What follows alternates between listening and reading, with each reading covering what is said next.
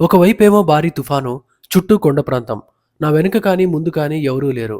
ఒక గొడుగు తీసుకొని ఓం నమః శివాయ, ఓం నమః శివాయ అనుకుంటూ ఆ మహాశివుడికి గొప్ప భక్తుడైన భక్తకన్నప్ప ఆలయానికి బయలుదేరాను. పురాణాల ప్రకారం మహాశివుడికి 63 ప్రసిద్ధ భక్తులున్నారు. అందులో ఒకరే ఈ కన్నప్ప. ఈ భక్త కన్నప్ప కథ శ్రీకాళహస్తి ఆలయంతో ముడిపడి ఉంది. ఈ వీడియోలో ఆలయం ఎక్కడుంది, ఈ ఆలయ చరిత్ర, టైమింగ్స్ అన్నీ క్లియర్‌గా చెప్పాను. ఎండ్ వరకు చూడండి. అలాగే వీడియోలోకి వెళ్ళే ముందుగా కొత్తగా మా ఛానెల్‌ని చూసేవాళ్ళు ఎవరైనా ఉంటే సబ్స్క్రైబ్ చేసి పక్కనున్న బెల్ ఐకాన్‌ని ప్రెస్ చేసుకోండి. కన్నప్ప అసలు పేరు తిన్నడు. బోయ వంశంలో జన్మించాడు. చరిత్ర ప్రకారం ఆయన శ్రీకాళహస్తి అడవుల్లో జంతువుల్ని వేటాడుతూ జీవించేవాడు.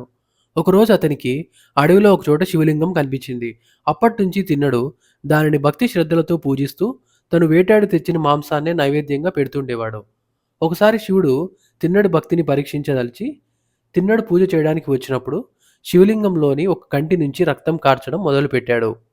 విగ్రహం కంట్లో నుంచి నీరు కారడం చూసి భరించలేని తిన్నడు బాణపు మొనతో తన కంటిని తీసి రక్తం కారుతున్న కంటికి అమర్చాడు.